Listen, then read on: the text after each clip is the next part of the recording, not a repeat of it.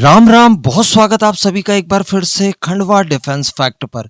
आज की इस वीडियो में हम लोग एक बार फिर से बात करने जा रहे हैं भारत के लिए 6 जनरेशन के फाइटर प्रोग्राम को लेकर। देखिए, अभी कुछ ही दिनों पहले इस तरह की खबरें निकल कर आई थी कि भारत फ्रांस के साथ उसके 6 जनरेशन के प्रोग्राम को ज्वाइन कर सकता है, और अगर ऐसा करता है तो ये भारत और फ्रांस दोनों के लिए फायदेमंद है। भारत भी 6 जनरेशन की रेस में काफी आगे निकल जाएगा। चूंकि ये प्रोग्राम चल ही रहा है, तो इसके साथ अलाइंड होकर भारत अपना काफी ज्यादा पैसा और समय दोनों बचा सकता है। इससे भारत को कुछ टेक्नोलॉजीज भी मिल सकती है, साथ ही भारत सप्लाई चेन का एक हिस्सा भी बन सकता है।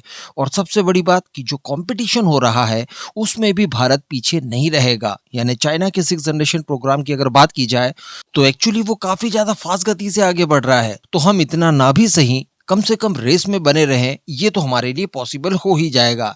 अब ये डील कब होगी, कैसे होगी, इसके बारे में तो फिलहाल कुछ कहा नहीं जा सकता। हालांकि भारत सरकार ने क्लियर कर दिया है कि हमारी नज़र है और हम इसको लेकर विकल्पों की तलाश कर रहे हैं, और संभावनाएं काफी ज्यादा दिखाई दे रही है कि आने वाले कुछ महीनों में इसको लेकर कोई फाइनल निर्णय हो जाए। लेकिन अभी निर्णय भी नहीं हुआ, केवल इसकी बात ही चल रही थी कि जर्मनी को पता चलता है कि इससे काफी ज्यादा बुरा लगा, और एक तरह से देखा जाए तो जर्मनी यहाँ पर धुआं धुआं हो गया है। जर्मनी के कुछ एनालिस्ट द्वारा इसके ऊपर न केवल डिस्कशन किया गया है बल्कि कुछ चिंताएं भी जाहिर की गई है।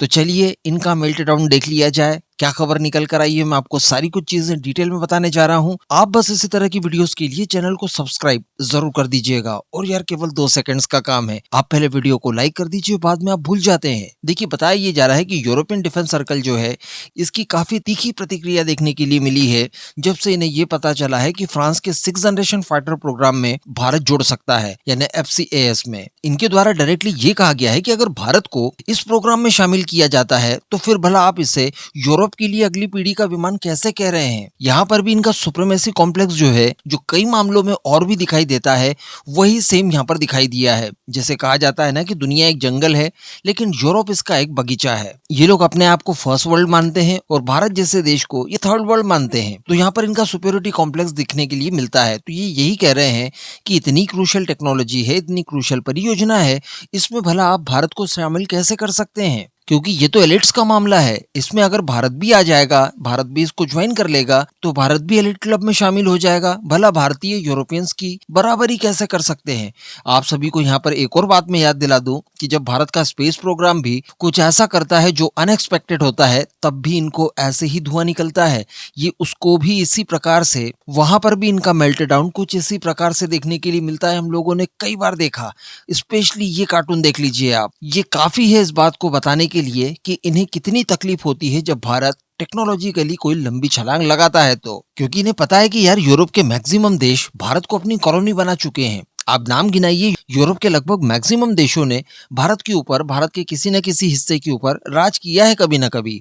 तो इन्हें काफी बुरा लगता है जब भारत इतनी लंबी छलांग लगा दे तो। और अब तो ये यूरोप का ही सहयोग लेकर छलांग लगाने की तैयारी कर रहे हैं। इस बात से इनका मेल्टडाउन ज्यादा हुआ है। साथ ही बताया जा रहा है कि इनके सोशल मीडिया वगैरह पर भी जो क्रिटिक्स वगैरह हैं, ये काफी भड़काऊ अंदाज में इस बात को काफी ज्यादा प्रचारित कर रहे हैं कि क्या भारत यूरोप के भविष्य के फाइटर इकोसिस्टम का पार्टनर बन भी सकता है। साथ ही चूंकि इस प्रोग्राम में यानी FCAS में पहले जर्मनी भी हुआ करता था, लेकिन जर्मनी फिर बाहर हो जाता है। इस वजह से इन्हें चिढ़न और भी ज्यादा है कि देखिए, हम तो इस परियोजना से अलग हो गए, लेकिन हमारी जगह अब भारत लेने जा रहा है। भला भारत हमें कैसे रिप्लेस कर सकता है। हम तो द मोनार्किस्ट ऑफ यूरोप कहलाते थे, लेकिन कोई इनको ये बताए कि जो इनकी इकोनॉमी वगैरह है, जो इनका स्टेटस है, फिलहाल ये सिकमैन ऑफ यूरोप बनने की ओर आगे बढ़ रहे हैं। इसके साथ साथ इनका एक और नैरेटिव चलने लगा है। इसके अलावा ये लोग एक और नैरेटिव को रन कर रहे हैं।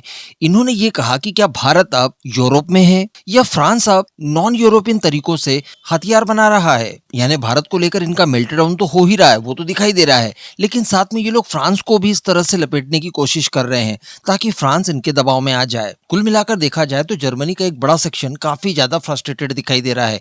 इसके पीछे कारण भी है। मैं आपको पहले भी पास्ट में कई बार इस तरह की रिसर्च करके बता चुका हूं कि देखिए, जर्मनी का जो डिफेंस एक्सपोर्ट है वो काफी ज्यादा गिर रहा है। लगातार साल दर साल इसमें काफी ज्यादा गिरावटें आती जा रही है। जर्मनी खुद अपनी डिफेंस रिक्वायरमेंट के लिए दूसरे देशों के ऊपर बड़े स्केल पर निर्भर हो रहा है।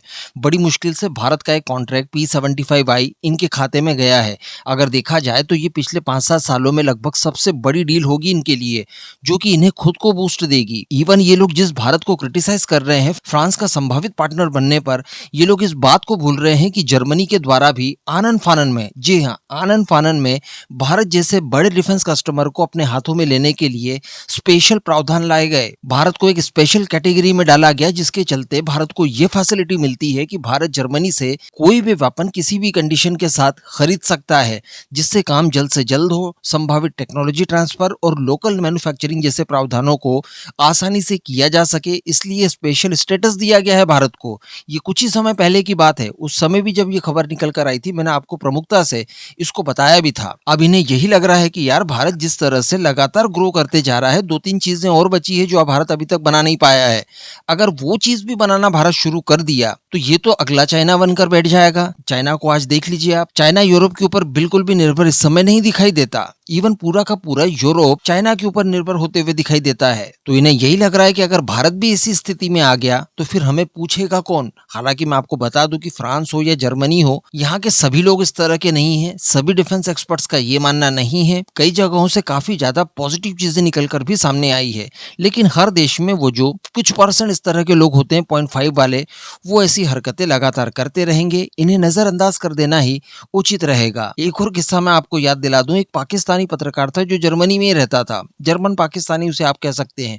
उसने भी चाइना और भारत के रेलवे सिस्टम को लेकर एक बार भारत को क्रिटिसाइज किया था और भारत को मॉक करने की कोशिश की थी। इसको लेकर जर्मन एनवॉय जो कि भारत में है, फिलिप एकरमैन, इनके द्वारा तगड़ा जवाब दिया गया था। इन्होंने कहा था कि आप एक बार आइए तो सही भारत में, और भारत आकर भारत का रेलवे सिस्टम देखिए, यहाँ का मेट्रो देखिए, ये जर्मनी के रेलवे नेटवर्क से भी बढ़िया है। खैर कोई बात नहीं, इनके बोलने ना बोलने से कुछ नहीं होता। अगर भारत और फ्रांस के बीच में ये डील पॉसिबल हो पाती है तो ये काफी सूटेबल होगी दोनों ही देशों के लिए। इसके अलावा ये वो माध्यम होगा जब भारत अपने ऊपर बड़ी निर्भरता इन यूरोपियन देशों की डाल देगा। अगर ये फाइटर प्रोग्राम की डील भारत और फ्रांस के बीच में होती है तो निश्चित रूप से सप्लाई चेन के मामले में भारत प्रमुख देश इनके लिए बन सकता है।